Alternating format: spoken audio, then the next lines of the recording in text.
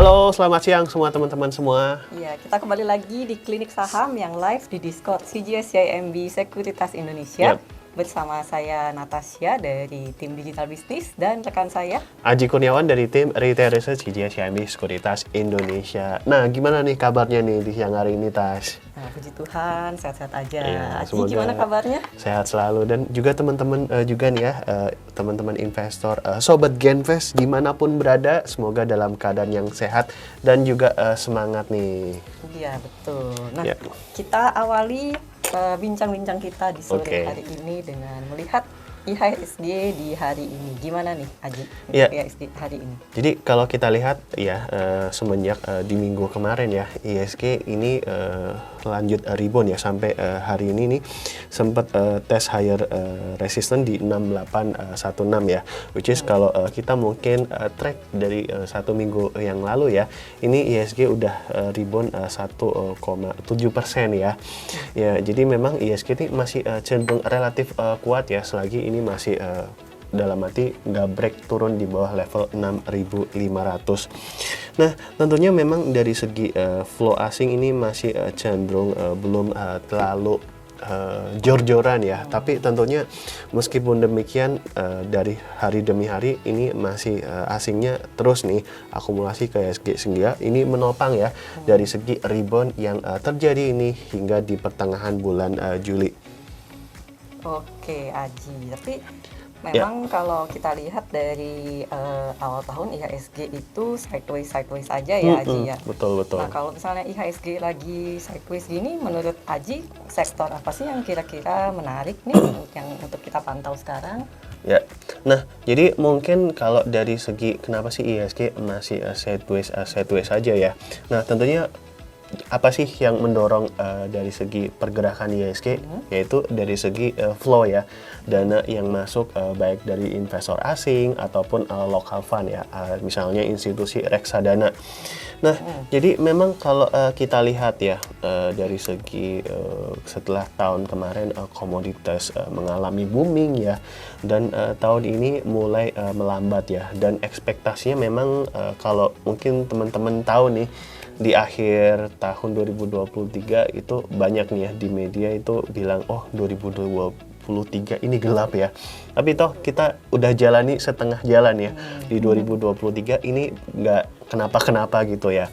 Nah, tapi ekspektasinya bahwa untuk pelambatan pertumbuhan ekonomi ini bisa aja nih terjadi di akhir tahun 2023 atau menjelang di awal 2024. Nah, jadi concernnya adalah gimana nih nanti kalau misalnya di Amerika Serikat ini terjadi potensi resesi.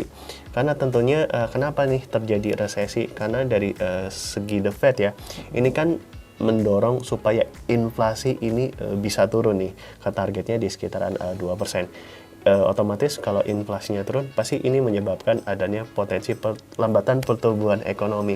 Nah, itu nih yang diantisipasi atau menjadi kekhawatiran bagi pelaku pasar. View saham di sektor coal ini gimana nih, Dokter Aji ya, dari Kak Saja? Ya, untuk view sektor di coal ini memang masih cenderung dalam arti kalau kita lihat saham coal ya, nah tentunya itu akan lebih sensitif ke pergerakan harga coal itu sendiri. Dan mungkin kalau kita intip nih harga coal di hari ini juga masih cenderung koreksi ya. Jadi memang saham coal ini masih cenderung terbebani dari adanya pelambatan pertumbuhan ekonomi. Dan mungkin kalau kita lihat ya, biasanya siapa sih yang misalnya ekspor coal ini paling besar? Ini salah satunya China ya. Tapi mungkin kalau kita lihat di awal tahun kan, Cina yang sebelumnya ini aturannya ketat ya mengenai pandemi, ini kan mulai dibuka bebas ya ekonominya, dan ekspektasi awalnya ini bahwa ekonominya bakal rebound. Nah, tapi reboundnya itu harapannya itu ditopang dari manufacture, tapi yang aslinya nih actualnya ya malah didorong dari pariwisata, jasa atau services ya. Jadi karena ekonominya atau akses masuk ke negara Cina ini udah dibuka lebar-lebar ya. Misalnya orang yang ingin bepergian, jalan-jalan, liburan, nah itu banyak nih yang ke situ ya. Itu lebih ditopang dari situ ya. Misalnya ada turis atau sebagai devisa ke Cina ya. Itu yang lebih mendorong rebound ekonomi di Cina dibandingkan dari segi manufacturingnya.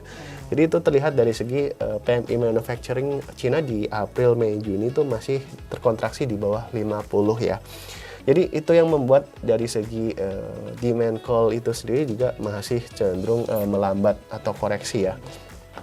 Dan mungkin itu ya, mungkin kalau nggak tahu nih dari segi sahamnya apa, jadi mungkin itu gambaran untuk view sektor call ya untuk Kak Sacan. Dan mungkin biasanya kan di menjelang akhir-akhir tahun kan biasanya mau masuk musim dingin kan.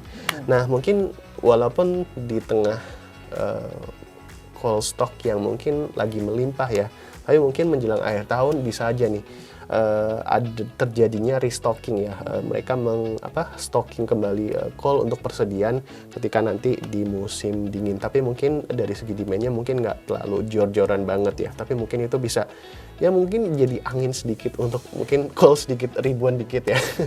Itu berarti memang kalau dari jangka pendek untuk sektor call sendiri mungkin belum direkomendasikan ya Pak Haji ya? Belum sih.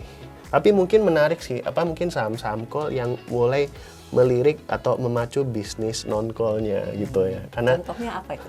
Nah, oke, sebentar ya. Kalau kemarin kita call ya. Oke. Ya, jadi kemarin kita nge-call United Tractors ya. Nah, United Tractors kemarin kita call ditutup full ya, naik 1,6% ya. Jadi kedepannya United Tractors ini akan memacu ya di tengah adanya peralihan kita untuk ESG dan net zero emission ya. Nah, United Tractor ini kedepannya akan memacu ya kontribusi dari bisnis non call ini lebih besar ya kedepannya. Jadi mungkin itu yang bisa di watch untuk sektor-sektor komoditas. Oke. Nah, mudah-mudahan menjawab ya untuk Kak Sacan. Kita lihat pertanyaan berikutnya untuk saham tower. Ya. Saham tower ya kita lihat. Oke. Nah, mungkin saya akan bahas secara katalisnya ya, fundamentalnya. Nah, berhubungan kita baru aja nih untuk mengcover sektor telco tower ya. Nah, jadi untuk katalis sektor telco tower ini the next big thing is gonna be fiber optic ya. Nah, dimana tentunya kita pasti maunya ya ketika streaming Discord ya, nonton live di YouTube ya, semua program-program CGSM di Sekuritas Indonesia pasti pengen wus-wus kan, cepet ya, nggak mau nge-lag kan. Nah, jadi supaya internetnya bisa kenceng ya, itu harus pakai fiber optik. Nah, tentunya pemain telco tower yang punya portofolio fiber optik yang unggul ya, nah itu bisa dapat diuntungkan. Dan selain itu kalau kita lihat pasti saham-saham telco tower ini kan investasi di infrastrukturnya kan gede ya. Tentunya ini mereka butuh utang juga nih, mereka punya utang yang tinggi nih. Nah, ekspektasinya ketika nanti the Fed ini sudah akhir nih puncak dari siklus kenaikan suku bunganya dan mungkin mulai pivoting ya, mulai turunkan suku bunga. Nah, emiten yang punya exposure utang tinggi ya seperti TWR ini bisa diuntungkan nih. Jadi bisa watch kalau misalnya the Fed ini mulai pivoting ya kan suku bunganya. Nah, ini akan bisa menguntungkan TWR ya. Nah, untuk TWR sendiri ya kita mengcover dengan rating hold ya. Kemudian untuk target price-nya ini di harga 2.200. 2.200. Ya. Sedangkan sekarang masih di sekitar. Coba kita cek dulu ya TOWR. Nah, karena mungkin masih di sekitar 1.100. Oke. Masih cukup masih, banyak ya. Iya, masih cukup rendah ya. Iya. TOWR. Betul. Tapi mungkin biar komplit deh ya. Tadi kan ini secara detail nih TWR gimana ya, dari prospeknya oke nih ya, prospeknya tanyanya oke nggak, oke ya. Dan mungkin gimana nih, mungkin sekaligus biar komplit teknikalnya gimana ya. Nah, sebenarnya kalau TWR ini ya sekarang udah rebound ya. Nah, kalau kita perhatikan pergerakan di akhir bulan Mei ya, ini mulai terjadi penguatan di mana trennya ini bergerak swing menguat ya. Dan selagi TWR ini mampu mempertahankan di atas level 1000 ya. Nah, untuk secara short term ini bakal bisa potensi lanjut naik lagi ya. Nah, mungkin akan menguji resisten di sekitar level 1100 ya, hingga di sekitar level 1120 ya. Ya, ini udah naik turun ke 1100 ya. Mungkin next 1120, 1150-an ya. Secara short term, memang kalau dari trading range-nya ini nggak terlalu signifikan naiknya, tapi pelan-pelan namun pasti perlahan ya. Nah, tentunya nggak kerasa nih Tasya, kita udah 30 menit nih ngobrol-ngobrol ya, sharing bersama teman-teman Sobat Genvest di Discord. Dan tentunya apa yang tadi kita sharingkan bersama teman-teman ya, analisa dan juga gambaran tentang prospek, kira-kira apa nih yang menarik. Nah, tentunya semuanya berdasarkan disclaimer on ya.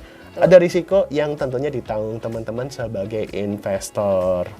Betul sekali. Namun karena sudah 30 menit, jadi selesai sudah klinik saham bersama Pak Aji ya, dan Tasya di Discord CGSCMB Sekuritas Indonesia. Pada hari ini kita bertemu lagi di klinik saham berikutnya.